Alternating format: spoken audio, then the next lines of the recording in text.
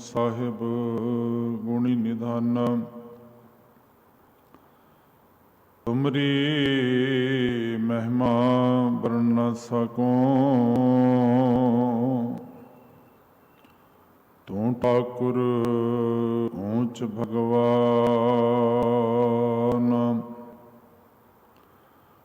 कबीर सात समुंदे मस करो, कलम करो बनराए। बसदा कागद ज्यों करो, हर जस लिखण न जाए। सतनाम वाहिगुरु जी। फरीदा पंख पराहुणी, दुनी सुहावा बाग। नौबत वजी सुबह स्यों, चलन का करसा। फरीदा पंख पराहुणी, दुनी सुहावा बाग।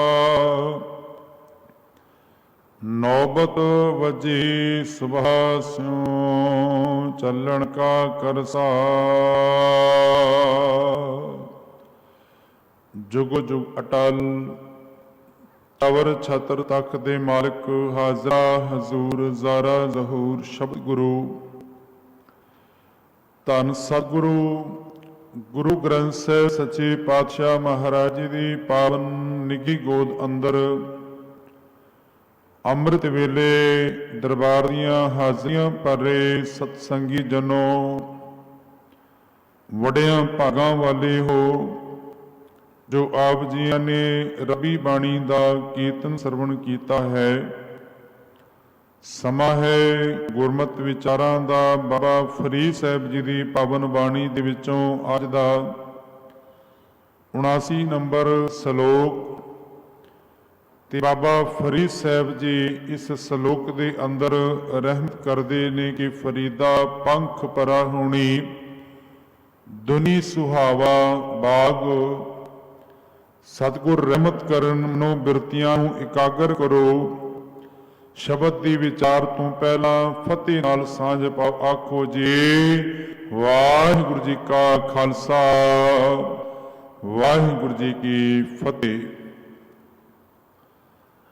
बाबा फरीद साहब ने रहमत की कि मेरे मालिक ने ये संसार, ये जगत सोहना बाग इस धरती के उपर कायम किया है, बनाया है। बाबा फरीद साहब कहते हैं फरीदा पंख पराहुणी, दुनी सुहावा बाग। ये दुनिया, ये जगत रब दा बनाया होया हर का बागरा, हरी दा सोहना बाग है। जिस जगत रूपी बाग दे विच मालिक ने कई ढंगां दे नाल, कई तरीकिਆਂ दे नाल इस सृष्टि नूं सोहना बनाया। भावें वो वनस्पति है, भावें वो कह लवां पहाड़ ने, ते संसार दे अंदर समुंदर ने कई ढंगां दे नाल ते केवल बाहरी तौर दे उपर ਜਦੋਂ ਦੇਖਦੇ ਹਾਂ ਤੇ ਜੀ ਜੰਤ ਪੈਦਾ ਕੀਤੇ ਨੇ। ਜੋ ਸੰਸਾਰ ਦੇ ਅੰਦਰ 84 ਲੱਖ ਜੂਨਾਂ ਅਸੀਂ ਕਹਿੰਦੇ ਹਾਂ।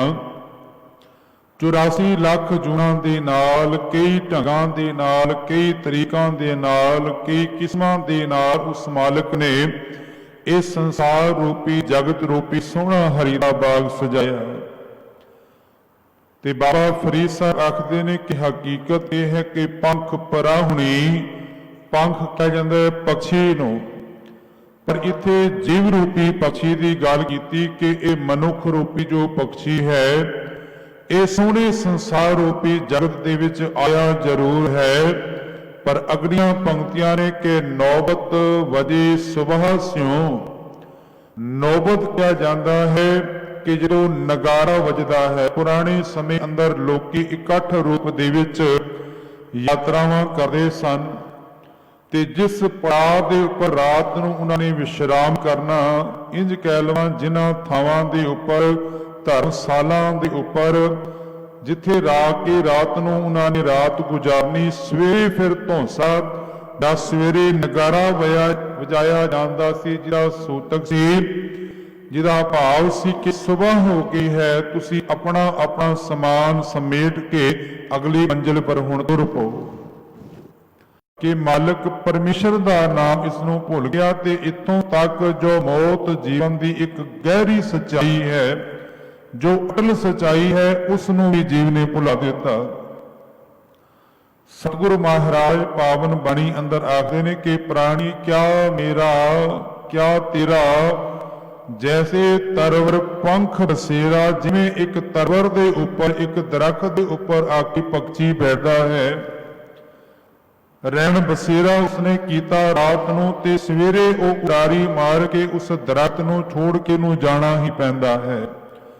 ਜਿਹਨੂੰ ਕਵੀ ਸਾਹਿਬ ਨੇ ਕਿਹਾ ਕਿ ਰੇ ਮਨ ਤੇਰੋ ਕੋਈ ਨਹੀਂ ਖਿੰਚ ਲਹਿ ਜਨ ਭਾਰ, ਬਿਖ ਬਸੇਰੋ ਪੰਖ ਕੋ।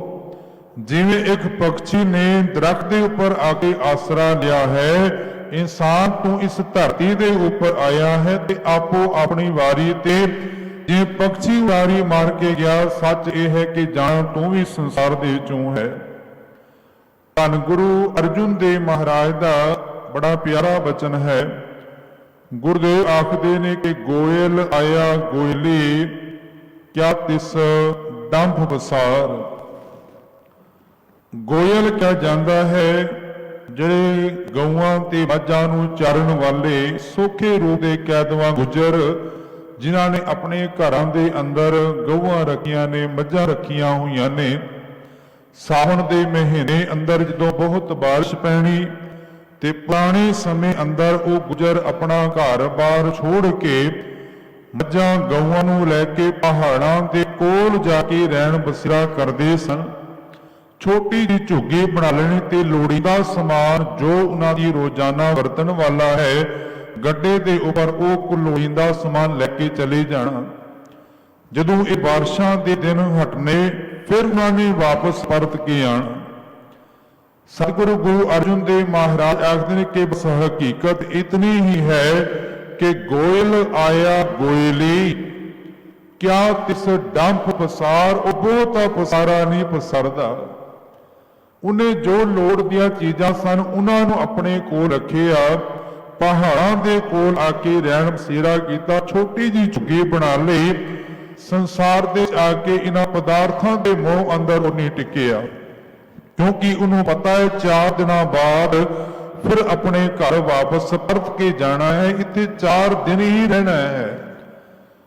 ਸਤਿਗੁਰੂ ਆਖਦੇ ਨੇ ਕਿ ਮਨੁੱਖ ਤੇਰੀ ਵੀ ਉਮਰ ਰੂਪੀ ਨਦੀ ਦੇ ਵਿੱਚ ਬਸ ਇਤਨੀ ਹੀ ਸਮਾਂ ਕਹਿ ਲਵਾਂ ਕਿ ਸਮਾਂ ਹੈ ਕਿ ਜੋ ਤੂੰ ਸੰਸਾਰ ਦੇ ਗੁਜ਼ਾਰਨਾ ਹੈ। ਕਿ ਗੋਇਲ ਆਇਆ ਗੋਇਲੀ, ਕਿਆ ਤਿਸ ਡੰਭ ਪਸਾਰ, ਮੋਹਲਤ ਪੁੰਨੀ ਚੱਲਣਾ ਤੂੰ ਸੰਭਲ ਘਰ-ਬਾਰ।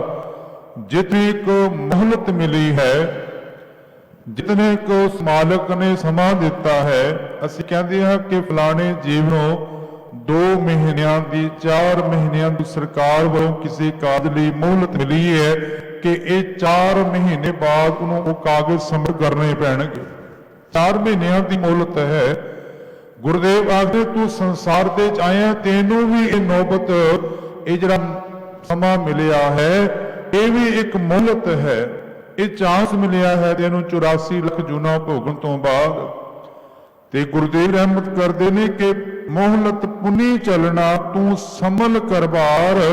ਜਿਸ ਅਸਲੀ ਘਰ ਦੇ ਤੂੰ ਜਾਣਾ ਹੈ ਨਾ, ਉਸ ਘਰ ਦੇ ਨਾਲ ਤੂੰ ਸਾਂਝ ਪਾ, ਉਸ ਨੂੰ ਸੰਭਾਲ। ਕਿਉਂਕਿ ਹਕੀਕਤ ਇਹ ਹੈ ਕਿ ਮਨੁੱਖ ਨੇ ਸੰਸਾਰ ਜਗਤ ਦੇ ਅੰਦਰ ਬੜੇ ਸੋਹਣੇ ਘਰ ਬਣਾਏ, ਇੱਥੇ ਸੰਸਾਰ ਦੇ ਅੰਦਰ ਇਤਨਾ ਖਚਰ ਹੋ ਗਿਆ। ਗੁਰਦੇਵ ਆਖਦੇ ਨੇ ਕਿ ਜੋ ਘਰ ਛੱਡ ਗਵਾਵਣਾ ਸੋ ਲੱਗਾ ਮਨ ਮਾਹੇ। ਹਕੀਕਤ ਹੈ ਕਿ ਸੰਸਾਰ ਰੂਪੀ ਘਰ ਦੇ ਅੰਦਰ ਬਹੁਤਾ ਚਿਰ ਨਹੀਂ ਰਹਿਣਾ। ਜਿਵੇਂ ਇੱਕ ਮੁਸਾਫਰ ਖਾਨੇ ਦੇ ਅੰਦਰ ਮਨੁੱਖ ਆਇਆ ਹੈ, ਉਹਨੇ ਰਾਤ ਗੁਜ਼ਾਰ ਕੇ ਸਵੇਰੇ ਆਪਣੇ ਘਰ ਜਾਂ ਅਗਲੀ ਮੰਜ਼ਿਲ ਵੱਲ ਤੁਰਨਾ ਹੀ ਹੈ। ਇਹ ਸੰਸਾਰ ਰੂਪੀ ਘਰ ਇੱਕ ਮੁਸਾਫਰ ਖਾਨਾ ਹੈ। 4 ਦਿਨ ਜਿਸकी ਚਿੰਤਾ ਨਹੀਂ, ਜਿਸ ਘਰ ਤੇ ਜਾ ਕੇ ਜੀ ਤੂੰ ਪਹੁੰਚਣਾ ਹੈ ਆਪਣੇ ਅਸਲ ਘਰ ਦੇ ਵਿੱਚ, ਉਸ ਦੀ ਕੋਈ ਚਿੰਤਾ ਫਿਕਰ ਹੀ ਨਹੀਂ ਹੈ। देखो मनुख ने 400-500 मिल जाना होए ना, जिवें कहां कि दिल्ली तू अमृतसर ही जाना होए, बड़ी तैयारी करता है, नाल 4 कपड़े बनता है, खाण दा प्रबंध मोहलत पुनी चलना। तू संभल कर बार उस घर नूं याद कर, हर गुण गाओ मना सतगुर सेव प्यार, क्या थोड़ी बात गुमान।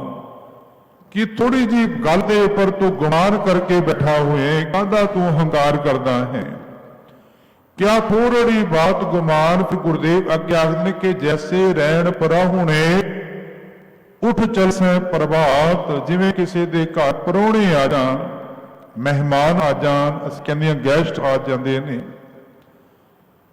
ते परौणे शब्द जे हिंदी दे इहनूं किहा जाए ते कहा जाता है अतिथि। अतिथि तो भाव है जो बिना तिथ दसे तू आए, तारीख दसे तू बिना जा आ जाए, वो अतिथि है। हिंदी के अंदर अतिथि किया जाता है। ते परौणे आए ने, उन्होंने भी 4 दिन रहना नहीं, उन्होंने भी रात गुजार के फिर चले जाना है। गुरुदेव आखदे कि तू भी परौणियां की तरह आया है, कि जैसे रहन पराहुणे उठ चल सै प्रभात। प्रभात वेले सवेरे भलके उन्हें अपने घर की फिर तैयारी कर लेनी है। क्या तू रत्ता ग्रस्त दस्यो सब फुल्लों की बागात। इस संसार रूपी ग्रस्त तो क्यों रंगिया हुए, ये फुल्लों की बागात है। सिर चढ़े ने शाम नूं मुरझाना ही है। मेरी मेरी क्या करें जन दिया सो प्रभ लोड़। गुरुदेव आखदे कि की मेरी मेरी अंदर पिया हुआ, जिस मालिक ने दिता है दुनिया के परार सुख दिते ना, उस प्रभु नूं लोड़, उस प्रभु नूं याद कर। सर पर उठी चलना छड़ जासी लख करोड़। लखा करोड़ जो तू इकट्ठा किया हुआ, उस संसार दे विच छोड़ के चला जाएगा। ते गुरुदेव फिर अखीरियां पंक्तियां दे अंदर आखदे ने कि 184 भ्रमतियां दुर्लभ जन्म पायोए नानक। नाम संभाल तो 100 दिन नेड़ा आए होए। तेरा वो दिन नेड़ा आए है। इसलिए गुरुदेव आखदे ने कि चलन का करसाज, चलन की तैयारी कर ले। संसार के अंदर कोई रहन वाला नहीं, ये रब का सोहना बाग जरूर तेनों नजर आ रहा है। इते रह के प्रभु का नाम रूपी सरमाया अपने हिरदे अंदर इकट्ठा कर। जदों गुरुदेव पातशाह की पावन बाणी पढ़ते हैं, सतगुर आखदे ने कि जिचर वसिया कांत घर, जियो जियो सब का हाथ। जदों शरीर रूपी घर के अंदर कांत वस रहा है, जीवात्मा वस रही है, सारे जी जी करते ने, सारे बुलाते ने। ते अगलियां पंक्तियां अंदर गुरुदेव आखदे जा उठी चलसी कंतड़ा, तां कोई ना पुछे तेरी बात। जदों कंत रूपी ओ मालिक जीव आत्मा शरीर नूं छोड़ के तुर पे, फिर उस शरीर की कोई बात नहीं पूछदा। फिर उस शरीर नूं आद घरी कोई ना राखे, घर ते देत निकार। जिसने बड़ी उम्र भोगी सी, दुनिया के सुखां नूं लिया लिया के देंदा रहा, जिहदे नाल बड़ा नहीं सी, बड़ा प्यार सी। गुरुदेव आखदे कि जीवात्मा हिरदे सी ते सारे जी जी कहते सन। जां उठी चलसी कंतड़ा, जदों कंत रूपी जीव आत्मा ने उडारी मारनी, ते हे शरीर हे देही, तेरी कोई ना पूछे बात, तेरी कोई बात नूं पुछण वाला नहीं है। तेनों हुण घरी भी घर ही रखण नूं कोई तैयार नहीं है। ये बिद को व्यवहार बनिया है, ये जगत का व्यवहार है, सच्चाई है संसार की। फिर गुरुदेव आखदे कि कर की, गुरुदेव आखदे कि पई अड़ै सो सेव तू, साहु रै सुख वस। ये संसार तेरा पेका घर है, पेके घर के अंदर मालिक नूं सेव, प्रभु नूं याद कर, तां सोहरे घर दे विच प्रभु के घर दे तू सुखी वसेगा।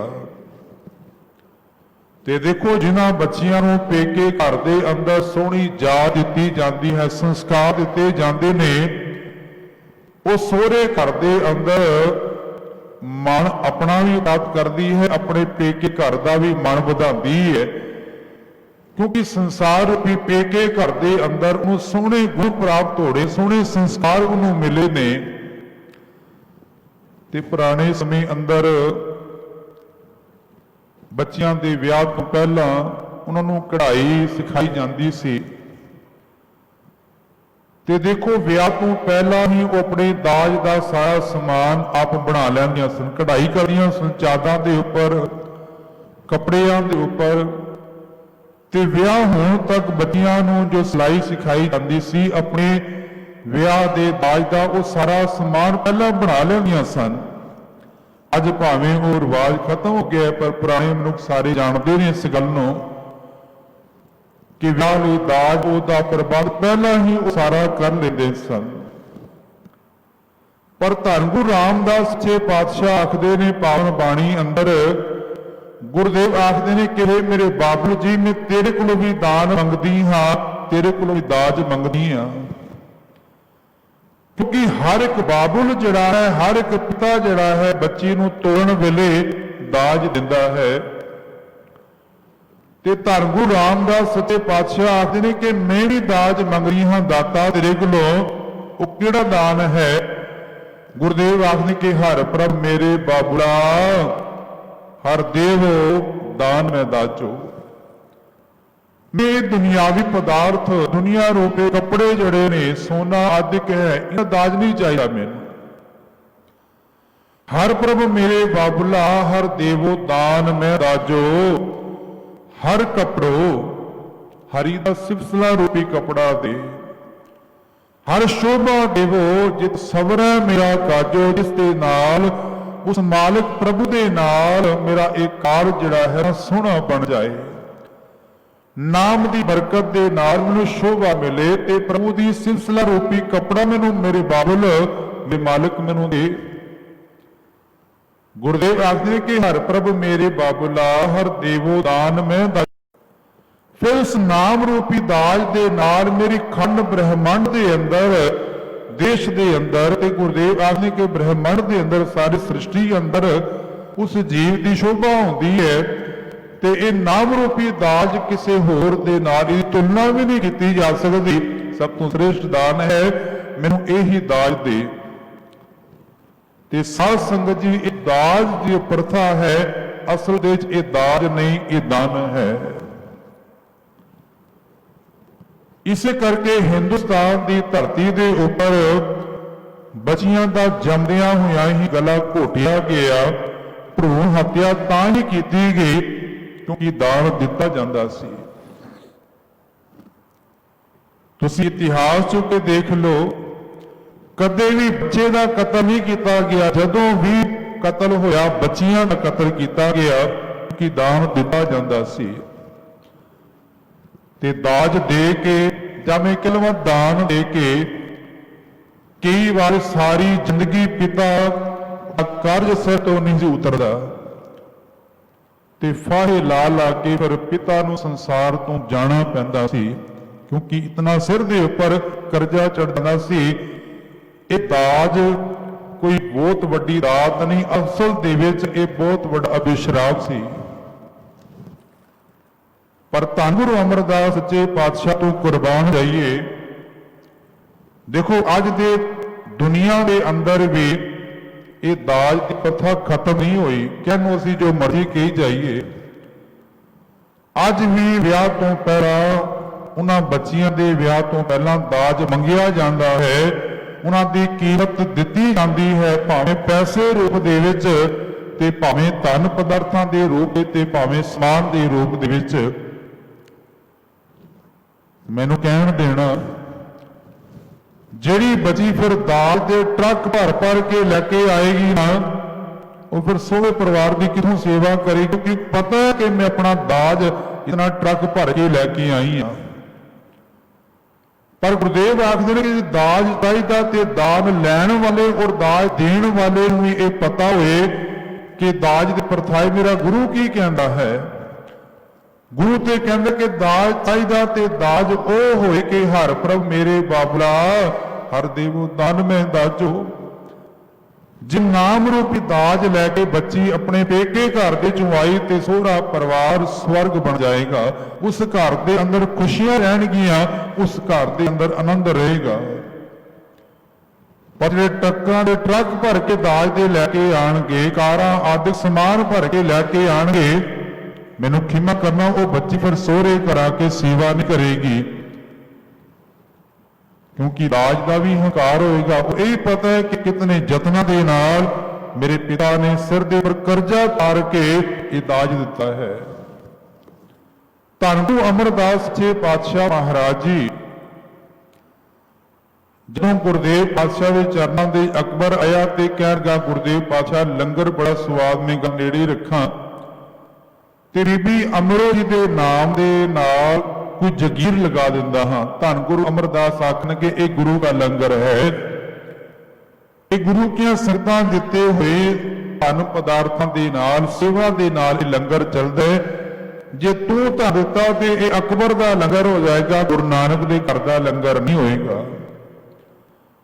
ਧੰਨ ਗੁਰੂ ਅਮਰਦਾਸ ਆਖਣਗੇ, ਜੇ ਤੂੰ ਕਰਨਾ ਹੀ ਚਾਹੁੰਦਾ ਹੈ ਤੇ ਇੱਕ ਕੰਮ ਕਰ, ਜੋ ਸਤੀ ਪ੍ਰਥਾ ਬੱਚੀ ਦਾ, ਜੇ ਕਿਸੇ ਇਸਤਰੀ ਦਾ ਪਤੀ ਸੰਸਾਰ ਨੂੰ ਚੜ੍ਹਾਈ ਕਰਕੇ ਤੇ ਉਸ ਨੂੰ ਵੀ ਜਿੰਦਿਆਂ ਹੋਇਆਂ ਸਾੜਿਆ ਜਾਂਦਾ ਸੀ, ਇਹਨੂੰ ਬੰਦ ਕੀਤਾ ਜਾਏ।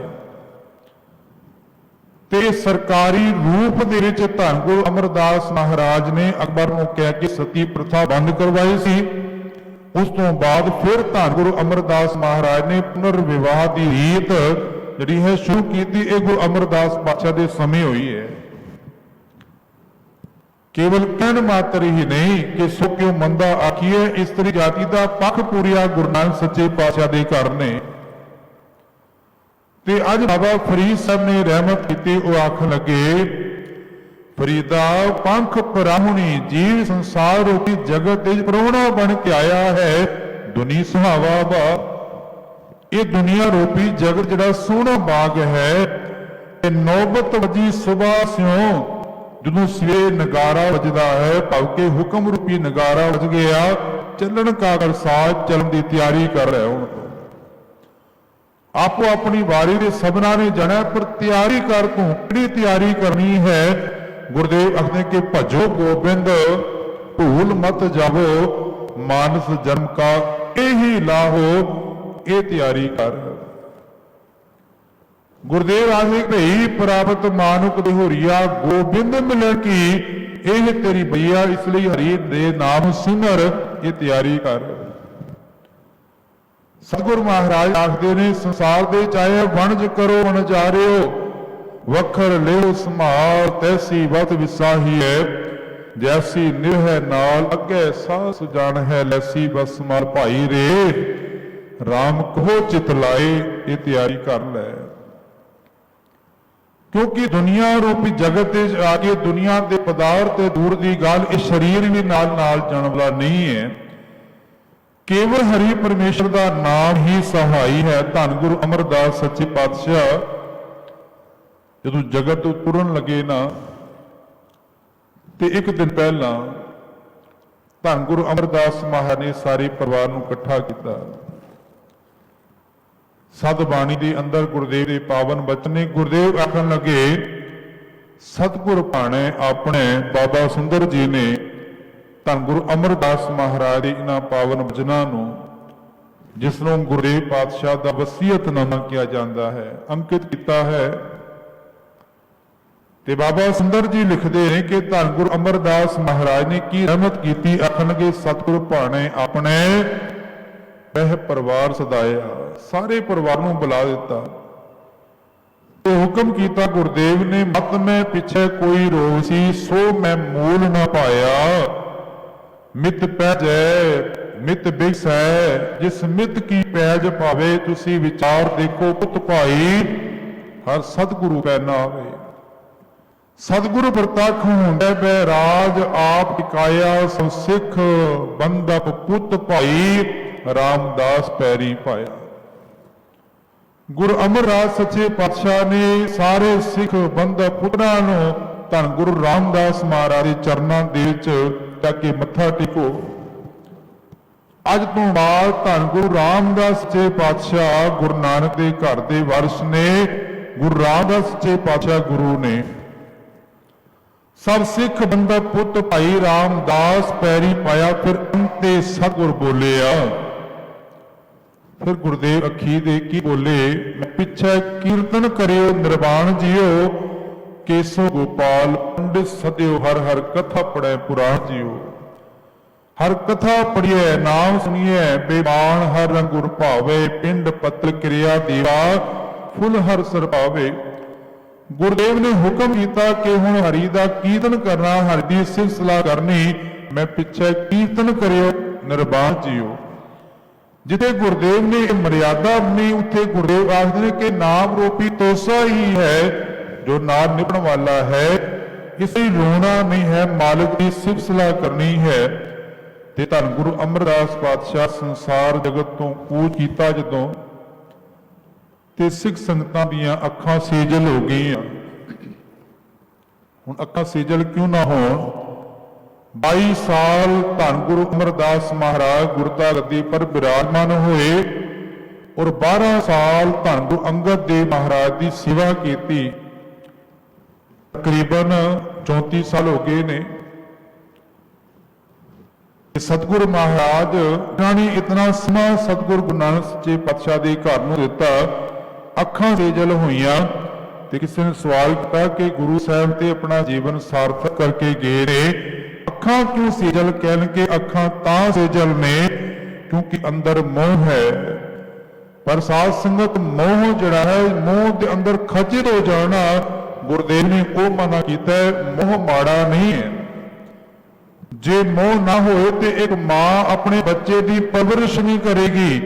इथों तक कि सृष्टि अंदर जो जी जंत ने, पशु पंछी ने, वो भी अपने बच्चों की संभाल नहीं करनगे, दाना नहीं देंगे जे मोह नहीं है। मोह की तंदा जरूर, पर मोह अंदर खचित नहीं होना।